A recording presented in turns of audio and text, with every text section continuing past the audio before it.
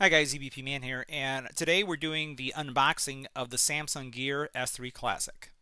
So early in the week we did a unboxing review of the Gear Frontier, this guy right here, and I had been waiting for this one to come in. It was a little behind. There's been a lot of logistic issues that I hear people complaining about when it came to the Gears being released, and I was actually a victim of one of those mishaps when it came to getting the Classic in on time. And one of the things I mentioned in the video was that there was a big difference between the Frontier and the Classic. One is LTE and the one is not. So this is a Bluetooth version. Now, I did mention that the packaging was a little different. And what you'll find is if you find a Frontier and the packaging is as big as this one, that's one sure way for you to understand that it is a non-LTE version. Typically, the LTEs are shorter in nature. Plus, it's going to say it on the packaging, but I just wanted to highlight that because some of you I know have purchased the one at Best Buy and then have returned it because you realize that it's a non-LTE version. So what we're going to do is going to do an unboxing. It's going to be quick, show you what's inside, and then what we'll do is we'll do a comparison between the Frontier and the Classic, which is really more about style and look and feel.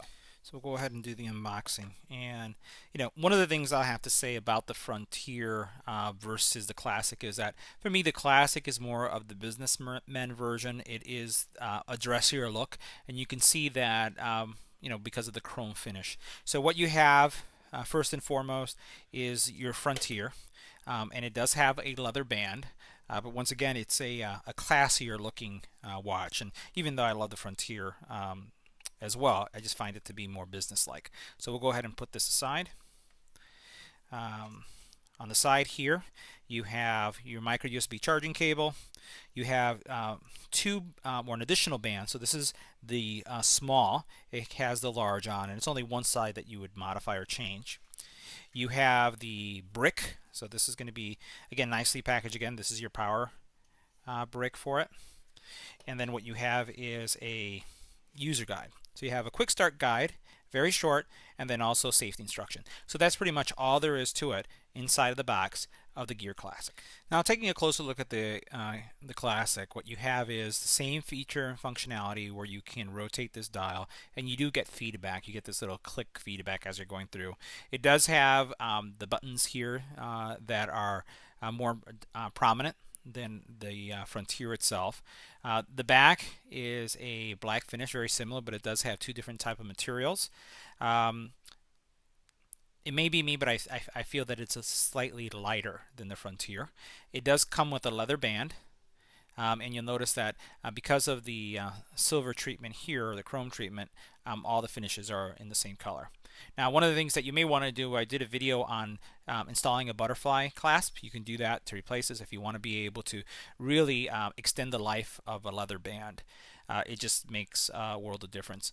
Now, the bands themselves, these are 22-inch bands as well, and you can remove them. So just by pushing right here down, it comes off just like this, and then you can just put it back on the same way. So really easy to switch bands, and I did a review of a lot of different bands. Let me just get this guy back in that you can use either for the Frontier or the Classic. So okay, so now that guy's in there. The battery life should be the same. Probably a little bit better with this one because the one that I have on does have LTE and some other features that may be draining the battery because it has a radio. This one doesn't, so you may have some better battery life. And actually, I've been seeing a lot of people report having fantastic battery life on this solution. This is going to require you to have a Bluetooth connection in order for it to get messages and get content. You will be answering your phone from the watch. You'll be able to use the watch as a speakerphone. You'll be able to stream music from the watch, and you'll be able to go on a run with the watch and stream music straight from the watch if you have the music on the watch itself. But once again, it does not have a cellular connection. It will work with Samsung Pay, and it has both the actual NFC Samsung Pay as well as the magnetic stripe Samsung Pay. So that's also pretty neat because it supports everything. The only difference is, again, the LTE connection. Now I'm going to go ahead and pair this watch with an LG V20. So what I'm going to do now is the power button is this button right here. I'm going to press and hold. And here we have the startup, and you'll notice with the startup it does say Gear Classic. We're going to go through that setup process. I'll get a little closer so you can see that. And we'll pair it to the LG V20. So once you go through the startup, you're going to come to this screen where it says go ahead and do the Samsung Gear process. So I already have this here. I'm going to choose Connect to Gear. It's going to search for this gear, and you'll notice that there's a serial number there or a connection number. We're going to see that come up here. And with the passkey, I'm going to say pair. I'm going to say OK. I'm going to say OK. And I'm going to go ahead and install this Gear S plugin, which is an additional plugin that you're going to need installed.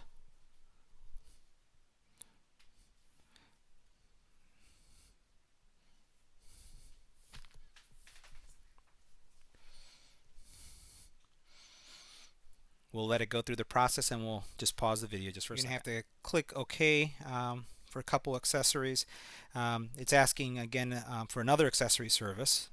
Again, it's asking for these things because this is not a Samsung phone. With the Samsung installation, as you saw with the Frontier, the installation process did not require additional applications. So this has required so far 2 distinct apps in order to get the watch working on the LG.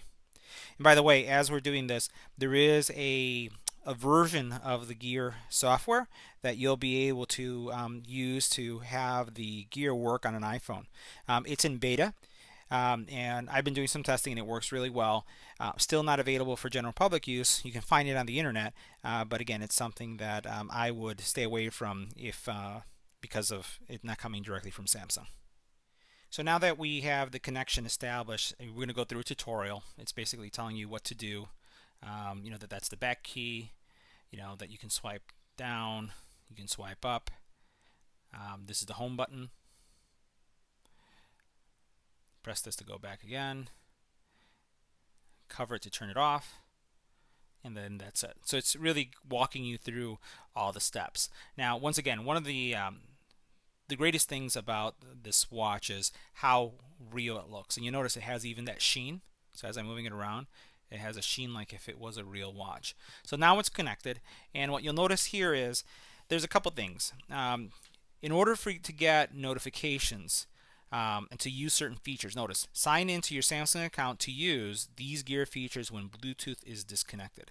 So to be able to get notifications, to be able to get Find My Gear and Find My Phone, and to do a backup and restore, you'd have to sign in. I'm going to go ahead and skip that for now. It says that I'm connected, and we're going to hit OK. And we're going to turn this on, and we'll turn on that feature just to make sure that we have all the services enabled. We'll go back. All right. So here what we're seeing is some of the differences with the Gear Manager. So I have my my notifications. We have what type of notifications are going to show up on the watch. So my Gmail, my Hangouts, messages. So, you know, there's been questions. So if I had WhatsApp on here, I could probably also see my WhatsApp notifications as well. So we're going to continue to go down, and I can enable or disable any of these. So we're going to hit Next. And now my setup is complete. All right.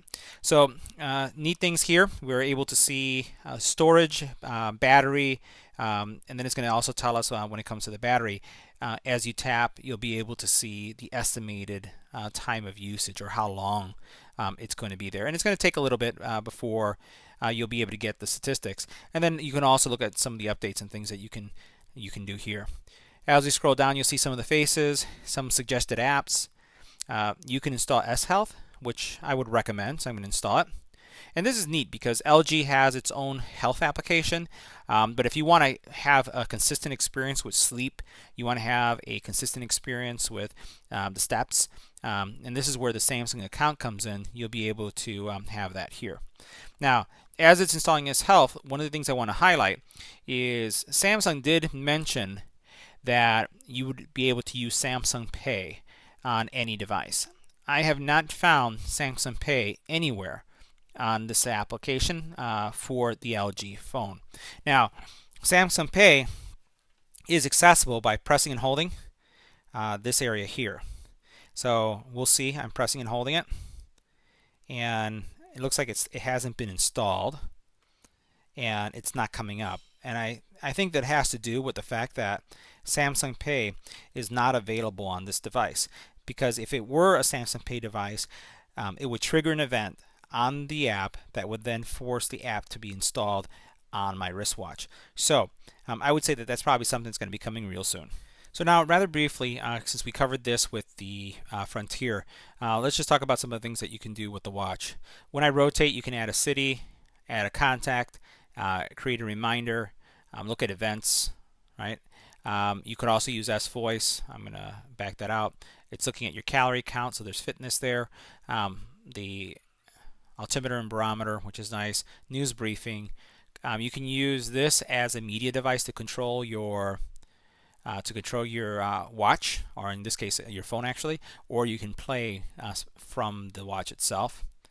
You can add widgets, and there are several different type of widgets. So you can have an alarm widget, shortcut widget, contact widget, right? Steps for S Health, a lot of little widgets, things that you can set up. You also have, as you go back, we're going to go home. If you go back, if you had any notifications, they would show up here. So typically, when you get a notification and it pops up on the screen, you rotate back to see what's there, and then you come back forward just to continue. You can modify the faces, and you can edit them quite significantly. You can go through some of the faces here and you find something that you think suits you and feels more like something that you would use. So here is one that's more like a chronograph, a little bit nicer. And as we go down, here you have one that's more digital. So that's pretty cool. There's another one here that I like, which is this one right here. So this gives you 2 time zones, and then additional information about sunset and also steps. So really, there's also some apps that you can play with. So here you have all your apps. Really easy to get to the apps. They probably have one of the best smartphone, or in this case, smartwatch UIs. So you can go through this and then just choose different features. And the neat thing is you don't have to choose the small thing. All you do is go to the application that you want, and let's say here, alarm, and you tap in the center, and then it launches. Right, so I went back to the beginning. If I swipe down here, you have airplane mode, music, mute. You can also affect the actual brightness, and you can see battery level and the fact that Bluetooth is on. If I go over this way, let's see, I can go into, I'm going to add a widget for settings. So I'm going to do that. I'm going to go over here, choose this one. So I'm going to add that as a shortcut. Now I can go into settings. And in this area, you're going to be able to set your watch faces, turn on your always on display, notifications, background style, font if you want to modify that. I'm going to hit back. You have how do you want to deal with sounds and vibrations, and what modes you have, and the intensity. And also there's even patterns that you can set up. Information about the device. Double pressing for S Voice. If you want the wake up gesture, which means as you turn your wrist, it will turn on or not. Touch sensitivity, which is for gloves. Do not disturb. And the neat thing about do not disturb is that if you sleep with your watch, because you want to use this sleep monitor, you'll want to turn this on so that your wrist isn't vibrating at night. So you can turn this on and use a schedule to do that. And then also auto open apps that show up here. Modify, again, working with the display and the brightness, auto low brightness, and the timeout. And what you do is, again, this is for the calls. Now you're not going to have much, but what you can do here is enable voice answer, which means that you can say answer or reject, and it will basically do that using the wristwatch, which is pretty cool. Let's go back, and then let's go down again. We're missing connections. So let's go into connections. Now all you'll have is Bluetooth and Wi-Fi and NFC here. You don't have the cellular version because this isn't one of those. And then what you see here is you have alerts, airplane mode, location services that you can enable or disable. Security, where you can actually add a PIN if you want. And actually, when you enable Samsung Pay, if this is a Samsung phone, you would have to have that. And accessibility will basically speak out a lot of the commands. So for visually impaired, you could use this to speak the time. It would just tell you everything about navigation. And then it also has for hearing impaired as well. The last menu that you have here is going to be input and power saving. Input is about the keyboard. Power saving is you can enable extended battery life by going into grayscale mode.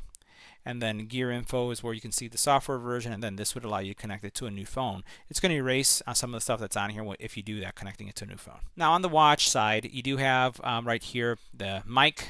On this side, you have speakers. There is an NFC. Let's turn that off right there, somewhere up here, but you wouldn't see it. And then there's also the MTS technology on the back. You really don't have anything else except the fact that this has a heart rate monitor right there.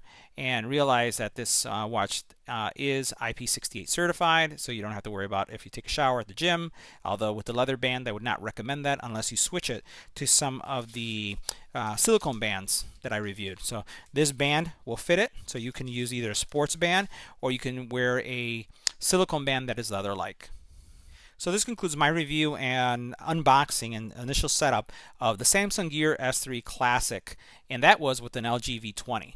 So on my channel, you'll find a complete review on several different bands and options for bands. There is also how do you make phone calls, how do you receive phone calls, text messaging. There's a lot of tips and tricks that you'll see there now, and also things that I'm adding. But if you have any comments or questions about this setup and how it works, leave it in the comment area below. If you liked the video, don't forget to give it a thumbs up. And as always, don't forget to share and subscribe. And as always, thanks for watching.